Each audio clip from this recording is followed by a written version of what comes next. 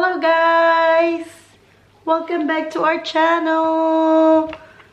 Kumakain ng ating Kenneth ng kanin, carrots, cauliflower, uy, sarap ng kain na, zucchini at bell pepper.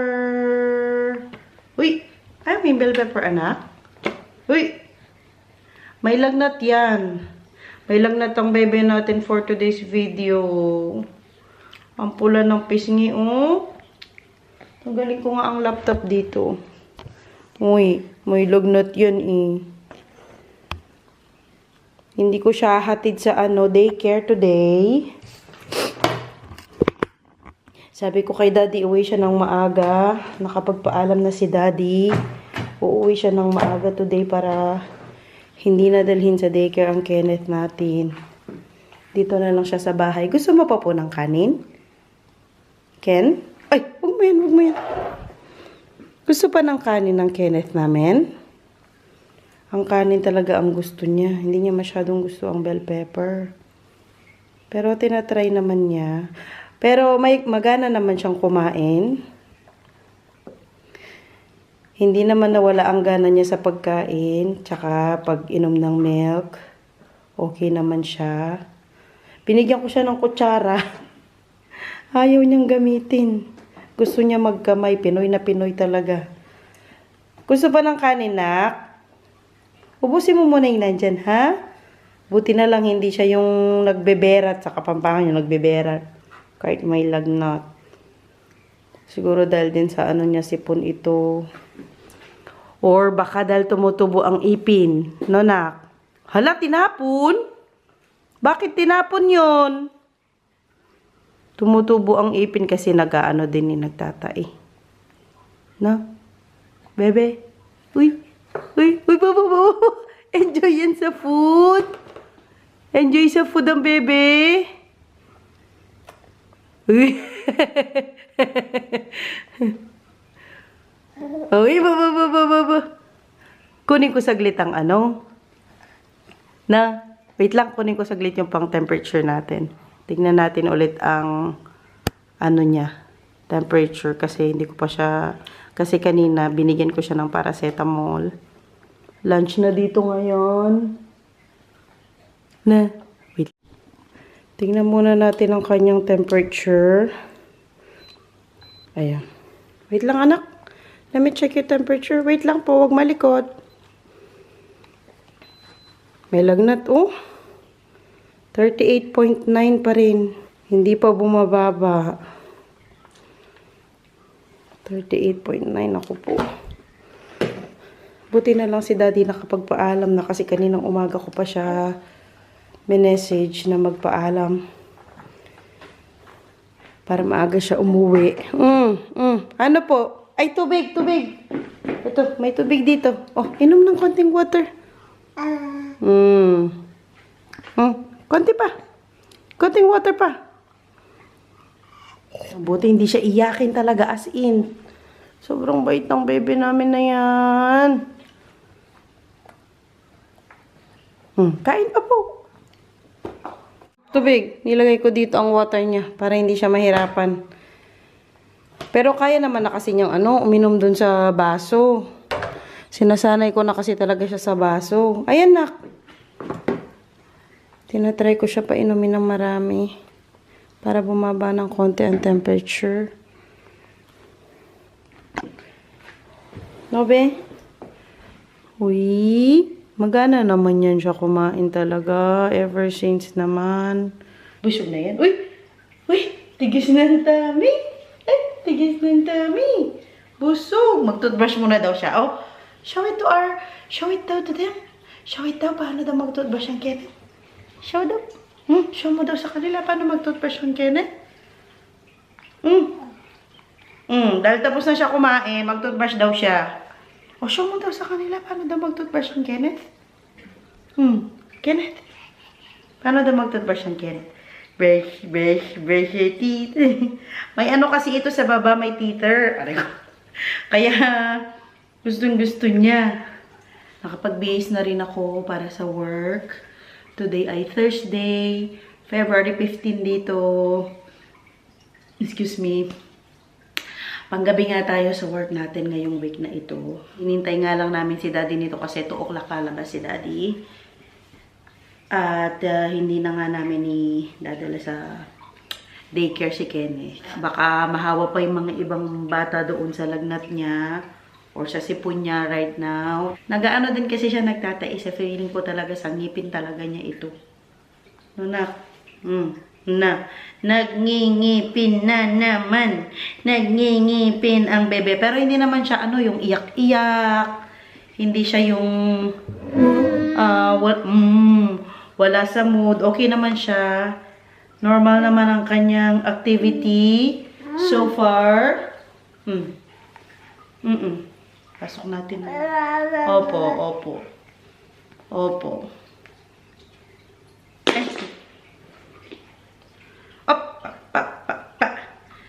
Wait, si Dada. Magbabay nga lang ako papuntang work. As usual. Sana wag umulan. So far, makulimlim lang pero hindi naman umuulan. Sana wag uulan para hindi tayo mabasa for today's video. Ay, andyan na yata si Dada. Ayun, narinig ko na. Narinig mo ba yung pinto? Narinig mo ba yung pinto? Si Ate Zoe nasa school. Dahil Thursday today, sila na yung magsusundo kay Zoe. 2:30 siya lalabas from school. Sige. Sige. Ayun si Daddy. Ayun si Dada. Sige. Mukha naman siyang masigla. So far, wag aakyat. Kenneth. Ay, sino yun? Kapal na ng buhok. Ang haba na ng buhok mo talaga, nak. Sino yun? Wag aakyat. Kauwi ko niyan mamaya. Tulog na to. Tsaka ang Ate Zoe. Tulog na madadatnan ko. Ako din ako. Hindi rin pareho yung medyas ni Mami. Ikaw din. Pareho tayo. Di pareho ang medyas. Oh. Ganyan ang uso ngayon. Hindi pareho ang medyas. Mukhang bumaba na ang lagnat. Hindi na siya mapula masyado.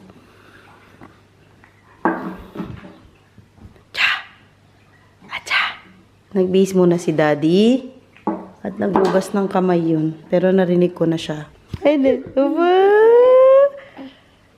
happy na siya ulit. Akin na nga. Bigay na kay Mami yung toothbrush. Ayaw?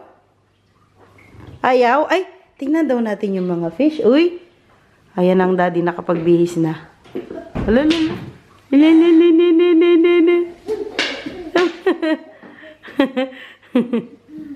Mauna na ako. Hala.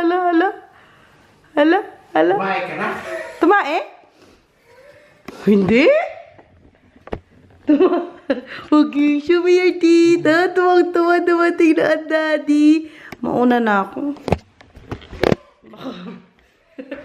Maliit pa tayo sa trabaho. Bye. Hindi ko man naamoy. Umay mo. Ay, bye anak. Kusya pa, Mami. Kiss mo si Mami.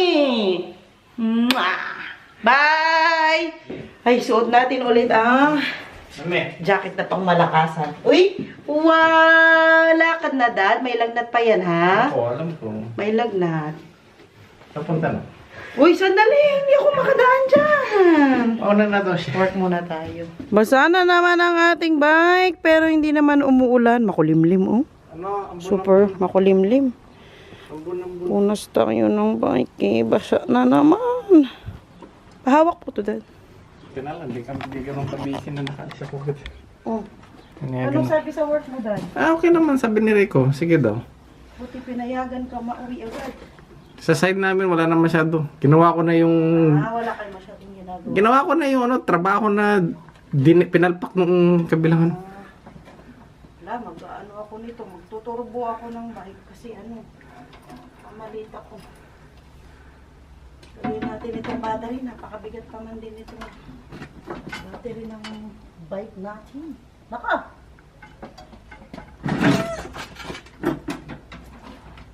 Tama ba? Opo.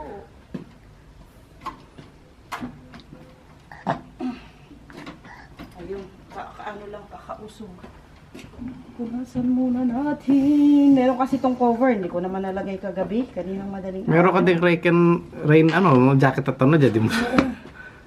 Baka umulan, magano na ako. Suot ka na. Hindi, ito kasi yung ano ko. Okay na yan, yung jacket ko kasi ano yan. O yung pants? Hanggang ano yan pa. Okay. May akin na yung bag ko. Tingnan mo na natulala naman ang bata. Nalit na si Mami. Bye! Pagaling ka anak ha. Pagaling ha. Bye. Kahawak niya kay daddy. Oh. Kung iyak-iyak po ito mami ang gabi na din makatulog. Paracetamol mo dad. Bye! Bye-bye. Bye-bye! Bye-bye. Bye anak! Kailangan mag-work ni Mami. Andyan naman si daddy no? Bye-bye! Mabuti na lang at walang ulan today. So far, wala pang ulan. Hindi kagaya ng background natin nung last video na sobrang dilim. Maaga pa dito, mga 2 something. Kasi 3 o'clock ang aking trabaho today. Bye-bye tayo. Marami pa man din kasalubong na mga pauwi din na mga estudyante. Ang ganda lang dito kasi meron talagang bike lane sa highway para makabike ka, which is nice. Ikukwento ko pala sa inyo yung naalala ninyo, meron akong vlog na about dun sa K-drama na pinapanood ko, yung A Dose of Sunshine. Hanggang ngayon hindi ko pa siya natatapos. Parang nung December ko yata yun vinlog. Oo, December, ano na ngayong February? Nasa ano pa lang ako, episode 4. Hindi ko pa nga natatapos yung episode 4. Nandun pa lang ako dun sa pasyente na merong ano ba yun? Yung naano siya, na-scam siya, nawala yung pera niya, yung ganon. Basta ganon yung kaso niya. Nandun pa lang ako.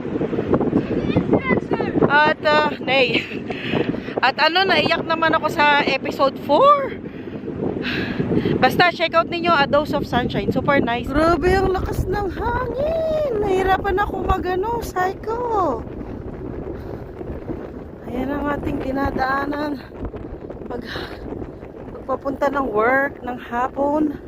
Ito, church. Tapos sa harapan, most of the time, sa gilid or harapan ng church, merong sementeryo.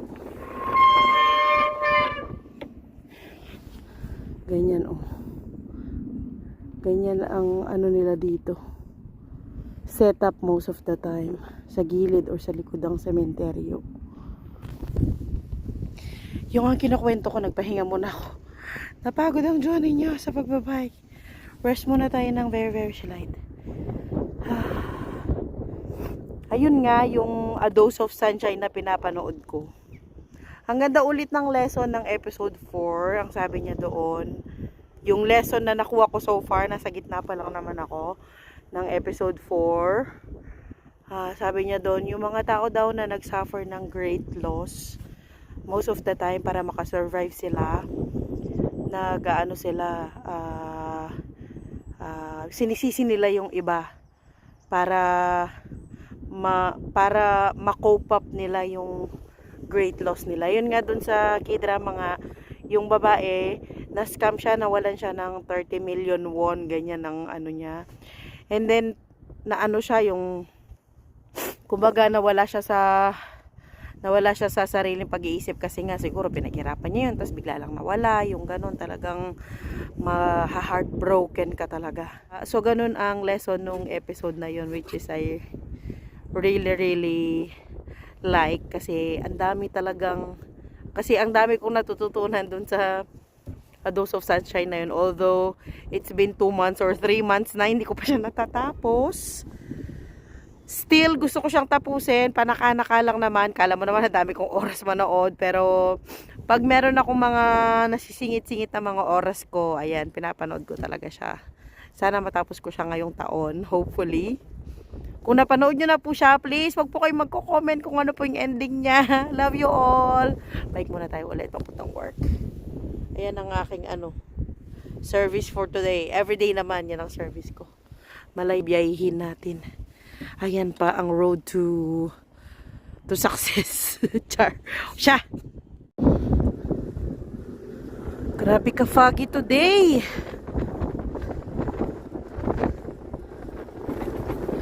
Buti na lang at hapon. Hangin pa.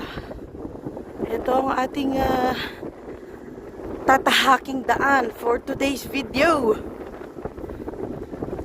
Ang hangin. Nasa gitna na ako ng daan. Wala na ako sa bike lane. Malakas ng hangin. Nahihirapan ako mag-bike.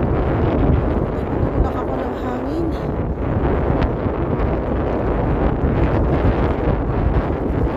Matakbo lang tayo ng 24, 23. Kapit na. Konting tiis na lang. Finally, nandito na tayo sa work. Exclusive for print professionals. Ayan. Nandito na tayo. Sa wakas. Pasok muna tayo dun sa parking.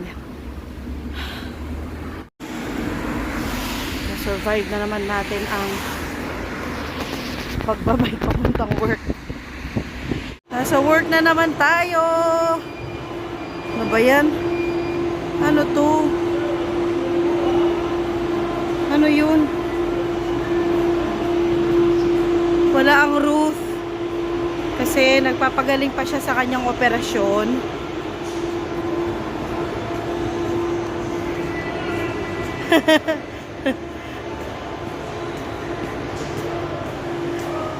Magkape muna tayo. The usual, maaga pa tayo. May ano pa tayo, 20 minutes bago mag-start ang work. Lamig pa rin. Ang tagal mag-summer. Nasa work pa rin tayo, guys. Ano namin, recess. Ano yan? Break. Time check is 19:16. Marie 7:16. leaves her backpack in the bathroom in the sink. Shut up! Tinuturo ko sila magtagal. The first word they learn is that word. Yeah, whose fault is that? Sana okay ng pinit natin. Tawagan ko muna ang daddy. You can talk to Message each ko, other. baka tulog na yung mga Work bata. together. Yeah. Mga tulog ng mga bata There niya. was this one squad. We took off in a helicopter. Tanong ko We kung may landed ano pa. somewhere. The rotors broke off. Tulog na. And Siguro kapag panggabi ako, mga he repaired the nakakaano chopper. ako. And then he said, okay, get back apat in. na So it ganito na started ano, up kape. again, and then the rotors Wala, hit a kailangan. building or a tree or whatever. Okay. This happened like 5 Ito, times. vlogger We din tried to yan. repair it every time. Si Sherban. Pero hindi masyadong aktibo. Pero meron siyang website. No. Pero nagva-vlog siya. Pero 30 matagal na minutes siya later, nag-upload. the people there Yung were last niyang upload, matagal na, parang 2 years ago pa. Itong si Sherban, may ano yan dati. Ichichika ko siya sa inyo. Chinismis. May asawa yung Asian dati. 2 years ago. Nagiwalay na sila. 38. Nabaligtad niya. 38 pa rin daw. Ang lagnat ni Kenneth. Tanong ko kung nagpa-resetamol na. It's automatic. Yeah. Sana wag umulan mamayang pauwi para di tayo masyadong basa for today's video. Yeah, Pait talaga yeah. ng kape nila But now dito. with Sobrang, some as in, sobrang like pait. 2 max. Tapos nakakapupo. I think they're all about 20. Kaya nilalagyan ko most of the time ng Yes, or Yeah. masyadong puro. Parang But like, parang yung sa atin, yung barako. I'm like, oh no, not this shit again. Yeah. We all have them in every game, I think. Yeah, Hindi and daw then niya I just exit. pinaracetamol. Like, I'm not doing this. Okay, yeah. If you're not playing ranked play. Especially like there are those maps 15 minutes where lang if tong you break don't na to. play Tapos together, pabalik na naman kami it's just doon. not gonna work. Impossible. No. And there are Sobrang other busy maps when you today. don't play together, it's not gonna work as well, but you'll still have fun. Tapos na naman ang work natin. Oh, Jack, say hi to my vlog. Sa buhay ko ang vlog. Buhay pa. Lakad ako kasama kita. Sige, siya daw mag, ano ng bike ko. Ano to? Motor? Baka mabangga ako. Hindi pa, nakamanual lang yan. Sige. Pag manual. Diretso lang yan, mabangga ka pa. Tingnan mo. Mabigat naman pag walang motor. Oo, mabigat. Mataas! Huwag mong bibilis. Ay, matangkad ako, sis. Uy, teka lang, ang hirap nito. Hindi ko ito, ano? Siyempre, first time mo. Nung first time ko nga dito, nahulog din ako. Tanana. Magbenta daw siya ng ice cream. Kunin namin yung bike niya kasi yung bike niya nandun sa ano, kabilang parking lot. Kasi marami kaming parking lot dito eh. Ay, hindi naman pala masyadong mabigat. Kasi Hindi naman, hala, dumilim na tayo. yan, wala nang lights. O, kumusta? Enjoy ka dyan? Ice cream! At least hindi mo kailangang mag-balance-balance. Tatlo ang gulong. Halala, nagsasara na yung pinto. Saglit, saglit. Sa wakas natapos din ang work. At today ay Friday na. Kasi madaling araw na, 12 na dito. Magbike na naman tayo ng bonggang-bongga. Pauwi. Sana ay okay na ang Kenneth. Nilagyan na daw ng paracetamol ni Daddy kaninang mga bandang 10 message ako. Pinaracetamol na niya kasi daw umiiyak-iyak. Bilisan ko na ng konti para makauwi tayo agad. Ang aking pa-service. Buti na lang hindi pa ako sinusukuan ng aking service. Bahay na tayo. Wow, 20 minutes talaga ako nagbike. Kasi hindi pa ang aquarium, hindi pa napatay ni Daddy. Nakaka-relax talaga ang na to. Aquarium na to.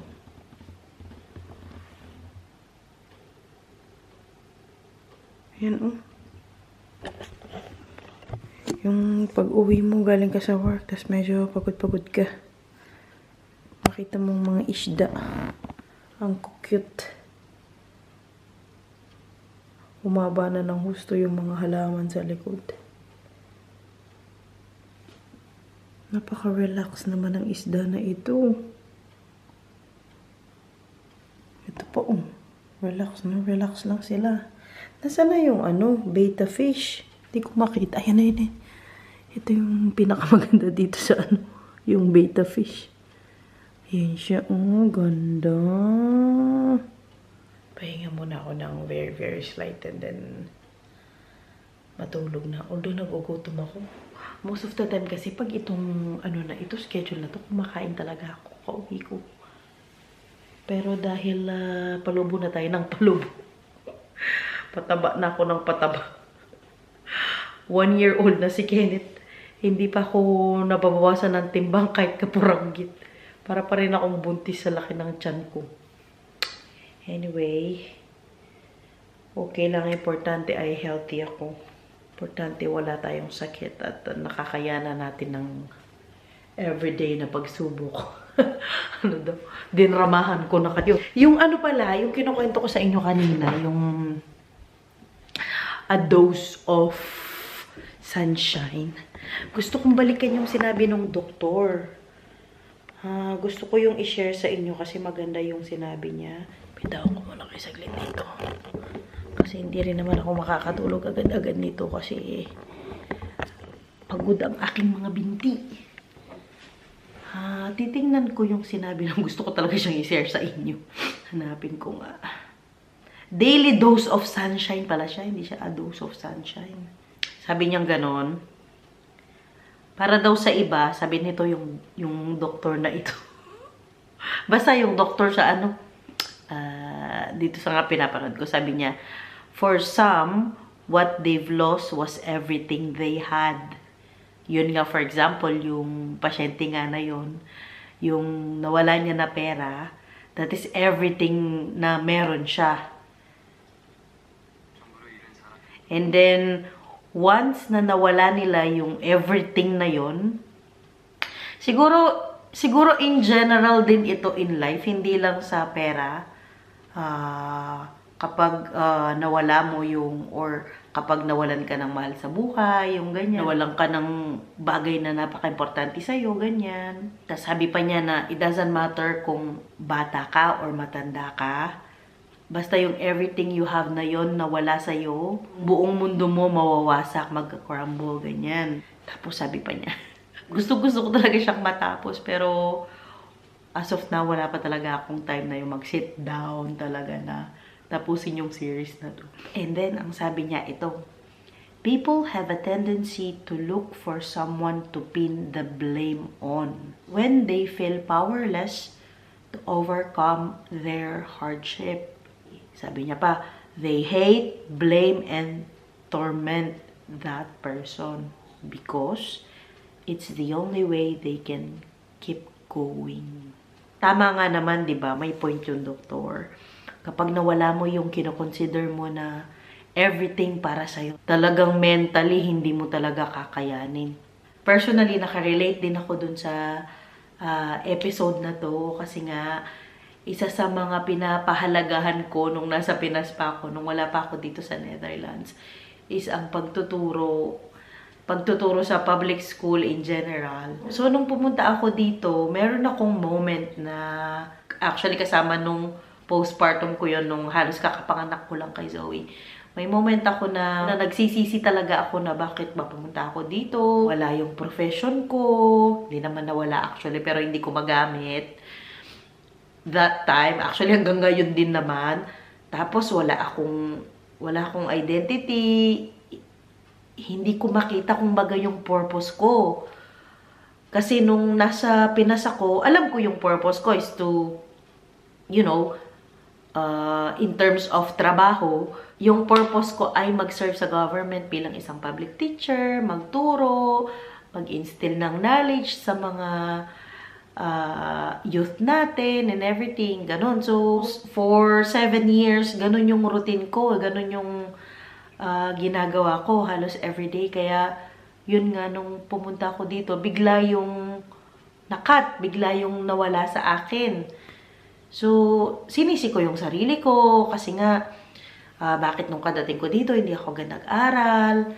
Tapos, wala akong feeling ko, wala akong identity, yung ganyan, wala akong silbi sa lipunan, yung ganyan. Ganon yung feeling ko nung mga panahon na yun.